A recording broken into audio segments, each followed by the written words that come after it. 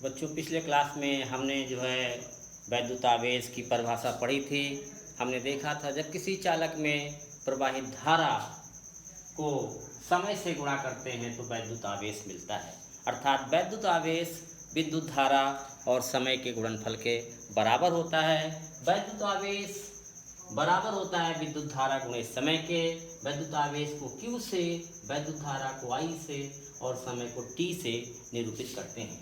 अर्थात वैद्युत आवेश Q बराबर I गुणे T या Q बराबर IT होता है। MKS पद्धति में विद्युत आवेश का मात्रक निकालने के लिए सबसे पहले हम विद्युत धारा का मात्रक देखते हैं, एम्पियर होता है। समय का मात्रक सेकेंड होता है। अर्थात वैद्युत आवेश का MKSA पद्धति में मात्रक एम्पियर इंटू सेकेंड होता है, जिसे कूलाम कहते हैं।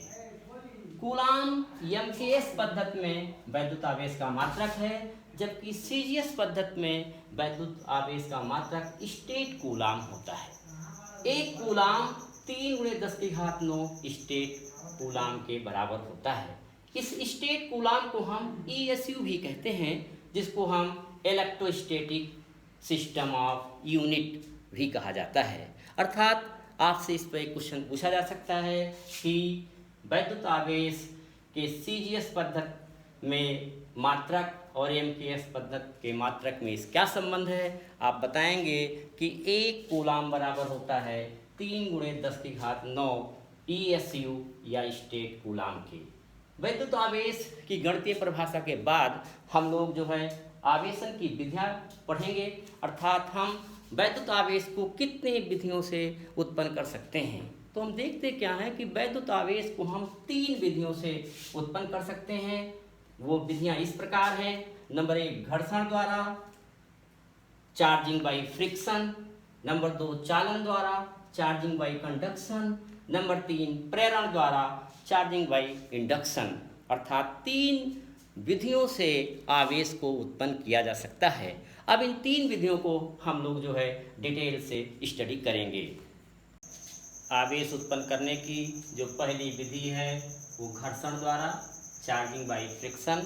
अर्थात जब हम कांच की छड़ को रेशम से रगड़कर या अगनूस की छड़ को बिल्ली की खाल से या अंबर को ऊन से रगड़ते हैं तो देखते हैं कांच की छड़ में, अगनूस की छड़ में, अंबर में छोटे छोटे कागज के टुकड़े, तिनके इत्यादि को आकर्षित करने का गुण उत्पन्न हो जाता है। अर्थात इन छड़ों के अंदर आवेश उत्पन्न होता है, क्योंकि हम जानते हैं कि जब इनको रगड़ते हैं, रगड़ने से इलेक्ट्रॉनों का स्थानांतरण होता है और इलेक्ट्रॉनों के स्थानांतरण से आवेश उत्पन्न होता है। इस प्रकार घर्षण द्वारा हम आवेश उत्पन्न कर सकते हैं। आवेश उत्पन्न करने की जो दूसरी विधि है चालन द्वारा, चार्जिंग बाई कंडक्शन। चालन द्वारा भी हम आवेश उत्पन्न कर सकते हैं। उत्पन्न करने के लिए, आवेश उत्पन्न करने के लिए चित्र में हमने ये दिखाया है। यहाँ पर एक आवेशित चालक ले लेते हैं और दूसरा हमारा कोई अनावेशित चालक है।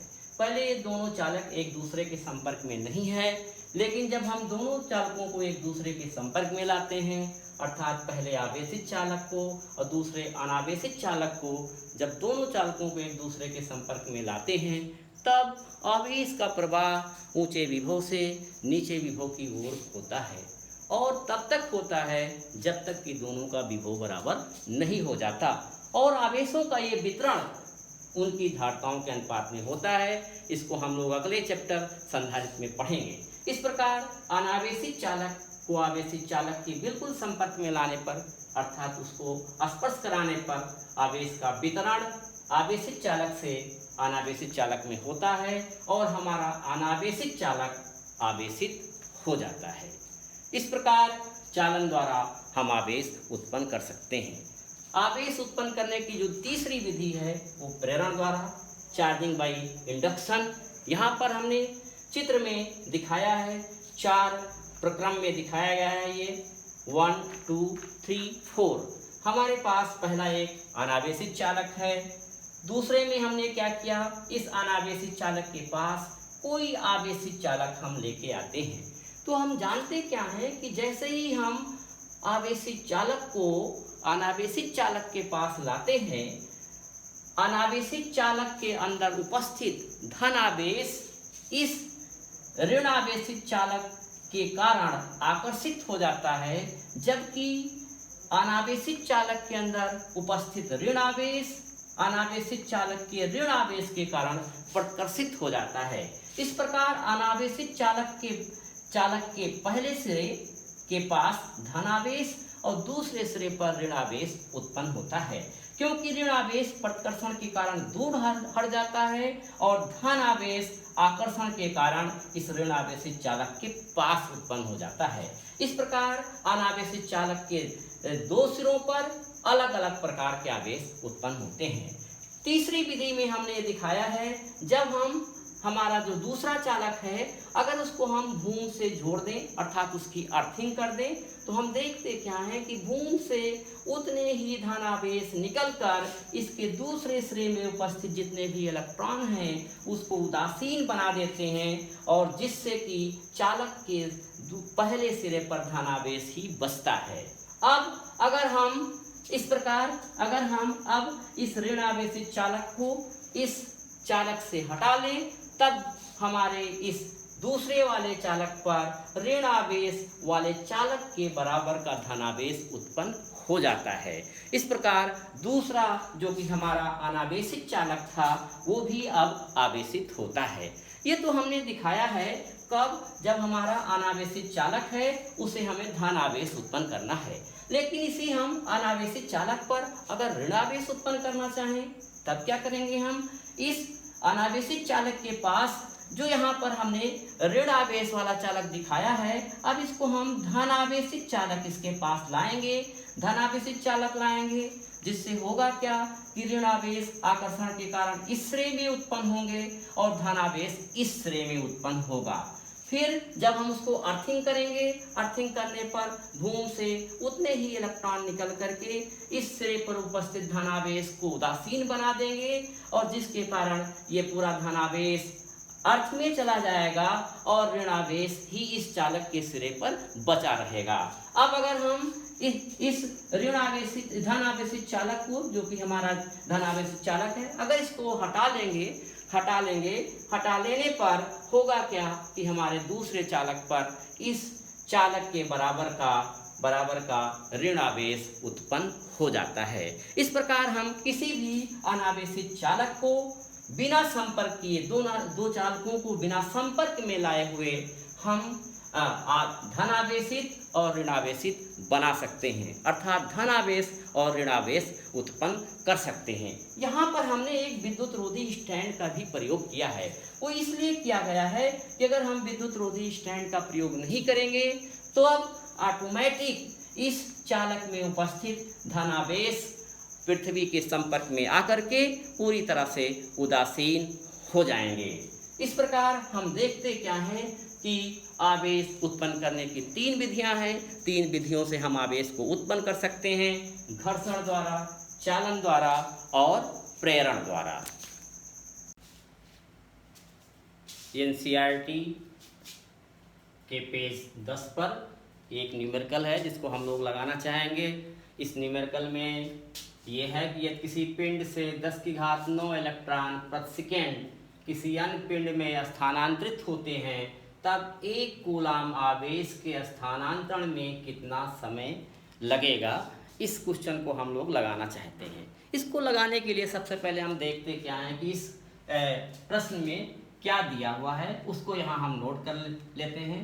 हल लिखते हैं। सबसे पहले हल लिखने के बाद इसमें दिया क्या है, ये किसी पिंड से 10⁹ इलेक्ट्रॉन प्रति सेकेंड स्थानांतरित हो रहे हैं। इलेक्ट्रॉनों की संख्या दी है, तो सबसे पहले हम यहाँ पर इलेक्ट्रॉनों की संख्या लिख देंगे। इलेक्ट्रॉनों की संख्या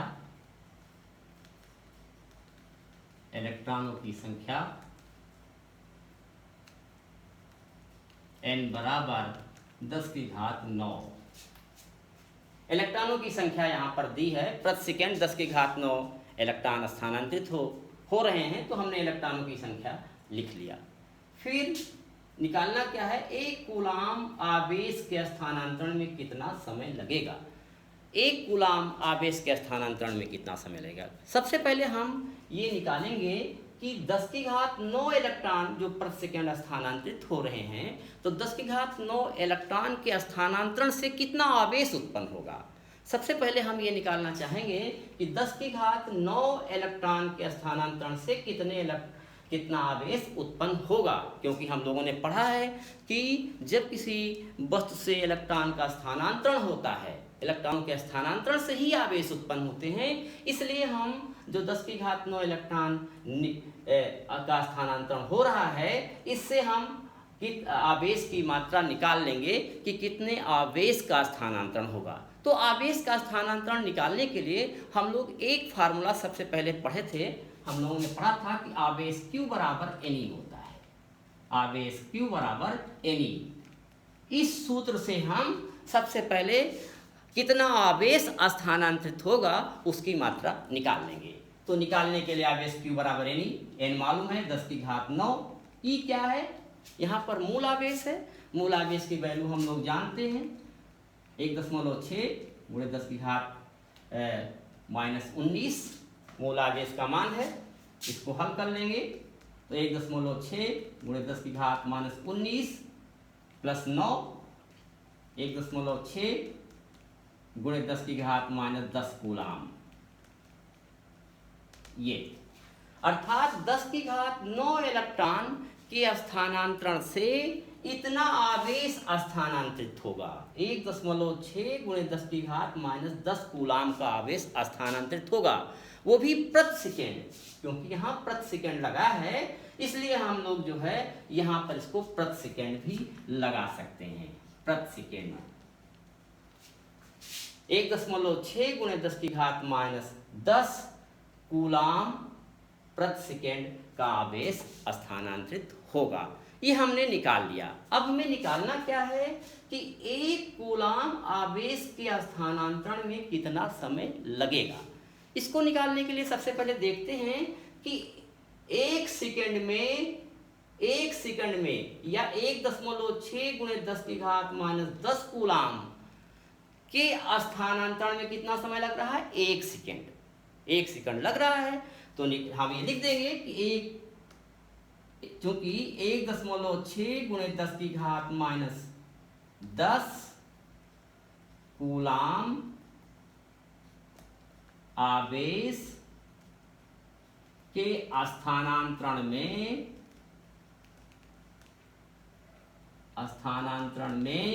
लगा समय बराबर 1 सेकेंड।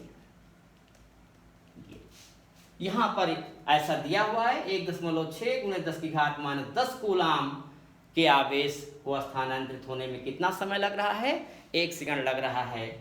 तब इसलिए 1 कूलाम आवेश के स्थानांतरण में लगा समय 1/1.6 गुणे 10 की घात -10। इसको अब हम लोग जब सॉल्व करेंगे 1/1.6 10 की घात 10 ऊपर आ जाएगा, ये 10/16 गुणे 10 की घात 10। इसको जब हम पूरा सॉल्व करेंगे तो इस तरह मिलेगा 6.625 10 पावर 10 या 6.25 10 पावर 10 -1 6.25 10 पावर 9 सेकेंड। तो हमने निकाल लिया कि 1 कूलाम आवेश को स्थानांतरित होने में 6.25 गुणे 10 की घात 9 सेकेंड का समय लगता है। अगर हम इस समय को वर्ष में परिवर्तित करना चाहें तब हम आसानी से इसको परिवर्तित कर सकते हैं। देखते हैं कितना वर्ष लगेगा, 1 कूलाम का आवेश स्थानांतरित करने में कितना वर्ष लगेगा। अगर हमको वर्ष में इसको निकालना है तब इसको हम इस तरह वर्ष में लगा समय बराबर हो जाएगा 6.25 10 पावर 9। एक वर्ष में 365 दिन होते हैं, तो हम 365 दिन से इसको भाग दे देंगे 365 दिन। फिर एक दिन में 24 घंटा, और 1 घंटे में 3600 सेकेंड, 3600 सेकेंड। पूरा इसको हम भाग देंगे। पूरा जब सॉल्व करते हैं तो देखते हैं ये कितना आता है, 198 वर्ष 67 दिन।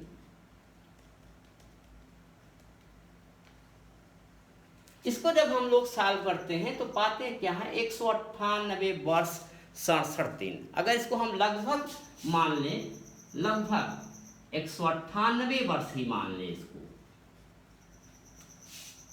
तो देखते क्या है कि 1 कूलाम का आवेश स्थानांतरित होने में 198 वर्ष लगता है।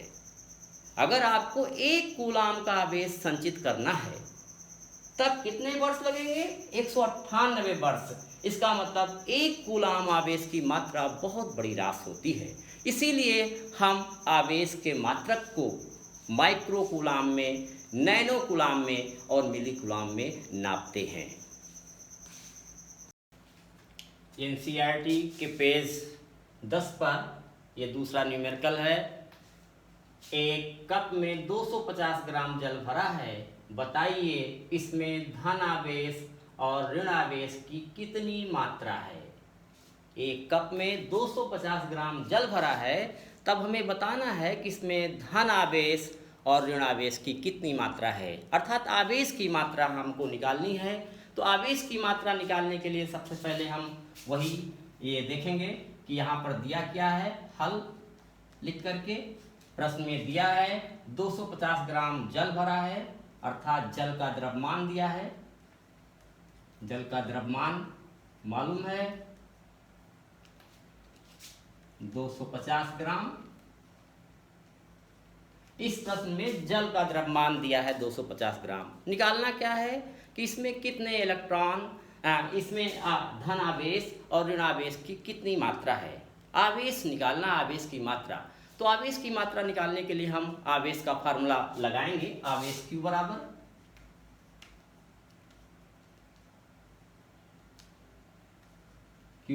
Ne।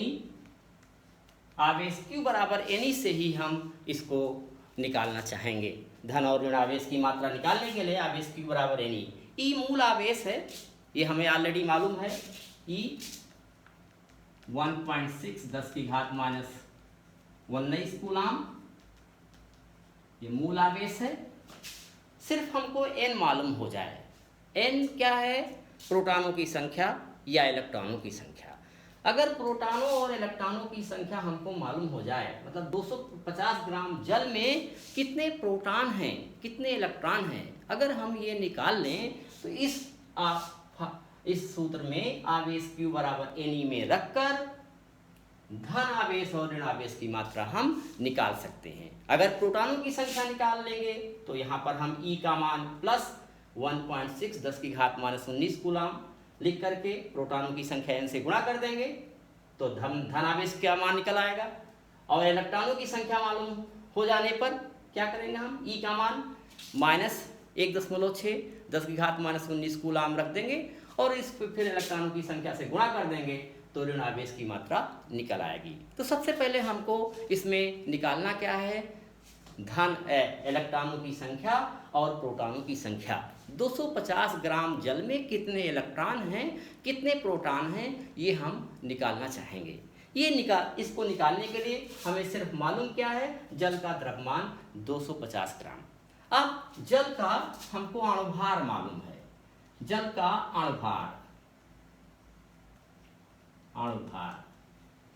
हम जानते हैं, जल का फार्मूला H2O, अणुभार निकाल ले 2 × 1 + 16, 2 + 16 बराबर 18। हमने जल का अणुभार निकाल लिया। अणुभार जब निकल आया, इसके बाद हम मोलों की संख्या निकाल लें। तो मोल निकाल लें, मोलों की संख्या बराबर होता है भार बटा अणुभार।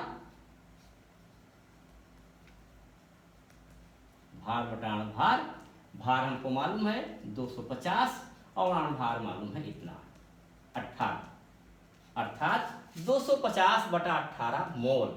मोलों की संख्या हम मालूम हो गई, हमें मोलों की संख्या मालूम हो गई।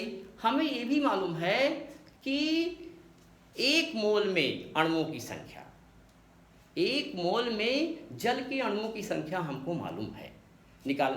एक मोल में, हम लोग केमिस्ट्री में पढ़े हैं ऐसा, एक मोल में जल के अणुओं की संख्या,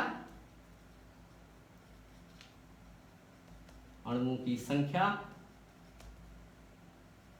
बराबर 6.023 10⁻23 अणु प्रति मोल।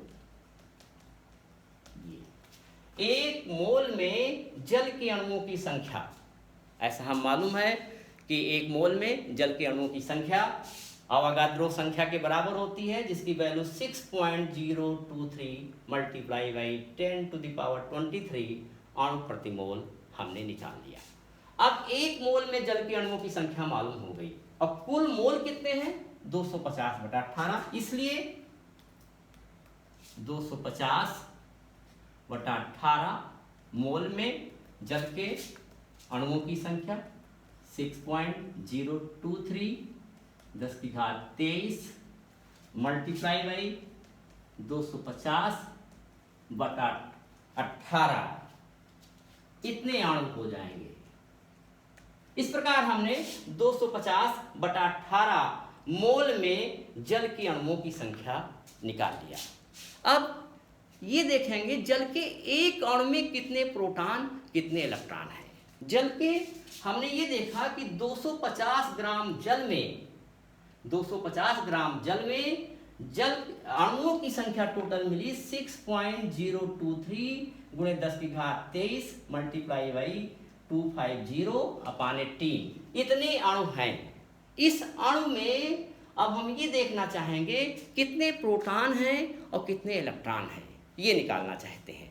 तो सबसे पहले हम ये जल के एक अणु में कितने प्रोटॉन और इलेक्ट्रॉन होते हैं वो निकालेंगे। जल के एक अणु में प्रोटॉन और इलेक्ट्रॉनों की संख्या हम निकालना चाहेंगे। अब जल का सूत्र होता है, जल का सूत्र H2O में हाइड्रोजन में देखते क्या है, हाइड्रोजन जिसको हम लोग 1H1 से लिखते हैं, 1H1 जिसका परमाणु क्रमांक 1 है, और यहाँ पर हाइड्रोजन के कितने परमाणु है? 2। परमाणु क्रमांक बराबर प्रोटॉनों की संख्या बराबर इलेक्ट्रॉनों की संख्या, परमाणु क्रमांक 1, इसलिए प्रोटॉनों की संख्या 1। हाइड्रोजन के एक परमाणु में 1 प्रोटॉन है, इसलिए यहाँ पर हाइड्रोजन के 2 परमाणु हैं, कितने प्रोटॉन हो जाएंगे? 2 प्लस O ऑक्सीजन, ऑक्सीजन का A2 16, ऑक्सीजन का परमाणु क्रमांक कितना है? 8, अर्थात ऑक्सीजन में का परमाणु क्रमांक 8 है, इसलिए इसमें प्रोटॉनों की संख्या 8 और इलेक्ट्रॉनों की संख्या 8, क्योंकि हम जानते हैं परमाणु क्रमांक बराबर होता है प्रोटॉनों की संख्या बराबर इलेक्ट्रॉनों की संख्या। तो बराबर आ गया 8, बराबर कितना हो गया? 10। अर्थात जल का जो सूत्र H2O है उसमें 10 प्रोटॉन और 10 इलेक्ट्रॉन हैं। तो हमको मालूम हो गया कुल प्रोटॉन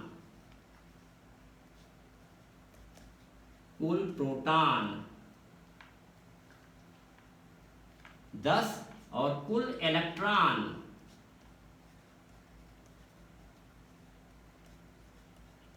बराबर 10। इस प्रकार हमने जो है जल के एक अणु में कुल प्रोटॉन और कुल इलेक्ट्रॉनों की संख्या निकाल ली, दोनों 10 है। अब हमें एक मोल में जल के अणुओं की संख्या और 250/18 मोल में अणुओं की संख्या, कुल अणुओं की संख्या मालूम है। जल के एक अणु में 10 प्रोटॉन 10 इलेक्ट्रॉन हैं, इसलिए जल के इस पूरे अणु में कितने प्रोटॉन और इलेक्ट्रॉन होंगे, इससे हम इसको गुणा कर देंगे, फिर इसको इससे गुणा कर देंगे, अर्थात कुल प्रोटॉनों की संख्या आ जाएगी 10 गुणे 6.023 मल्टीप्लाई बाई 10⁻23 मल्टीप्लाई बाई 250/18, इतने जो है प्रोटॉन हो जाएंगे और इतने ही इलेक्ट्रॉन हो जाएंगे। ये क्या आ जाएगा? आपका N आ जाएगा। इसके बाद क्या करेंगे? हम इसे मूल आवेश से गुणा कर देंगे और फिर आवेश की मात्रा निकल आएगी। क्योंकि हम लोगों ने देखा कि जल के एक अणु में प्रोटॉन बराबर 10 है और जल के कुल अणुओं की संख्या कितनी है 6.023 multiply by 10 power 23 multiply by 250/18। अणु में प्रोटॉनों की संख्या कितनी होगी, हम 10 से इसको मल्टीप्लाई कर देंगे, कुल प्रोटॉनों की संख्या हमको मालूम हो जाएगी। तो कुल प्रोटॉनों की संख्या हमको मालूम हो गई, ये n हो गया है। n बराबर आ गया 6.023 10 की घात 23 250/18 गुणे 10 प्रोटॉन। जितने प्रोटॉन होंगे उतने इलेक्ट्रॉन भी होंगे, यही इलेक्ट्रॉनों की संख्या होगी। इसलिए हम आवेश की मात्रा निकालेंगे, आवेश निकाल सकते हैं हम। आवेश Q बराबर Ne 6.023 10 की घात 23 250/18 गुणे 10 E मूल आवेश 1.6 10 की घात -19।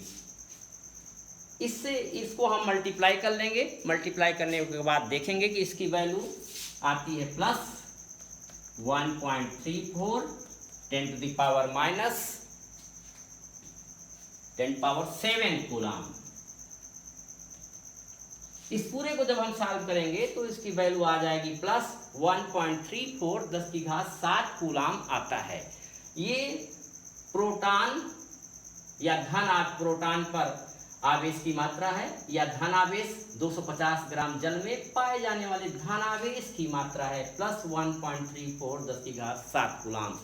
और इतना चूंकि इलेक्ट्रॉनों की संख्या प्रोटॉनों की संख्या के बराबर है, इसलिए 250 ग्राम जल में ऋण आवेश की भी यही मात्रा होगी, सेम मात्रा होगी, क्योंकि n वही है, इलेक्ट्रॉनों की संख्या भी उतनी होगी जितनी प्रोटॉनों की संख्या है। E मूल आवेश वही रहेगा 1.6 10 की घात -19 कूलाम। इसलिए 250 ग्राम जल में ऋण आवेश की मात्रा भी -1.34 गुणे 10 की घात 7 कूलाम होगी। यह है धन आवेश की मात्रा, धन आवेश की मात्रा। इसी प्रकार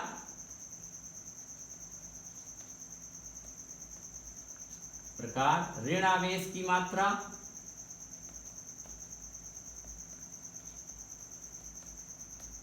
बराबर -1.34 10 की घात 7 कूलाम। इस प्रकार हमने जो है 250 ग्राम जल में धन आवेश और ऋण आवेश की मात्रा निकाल लिया।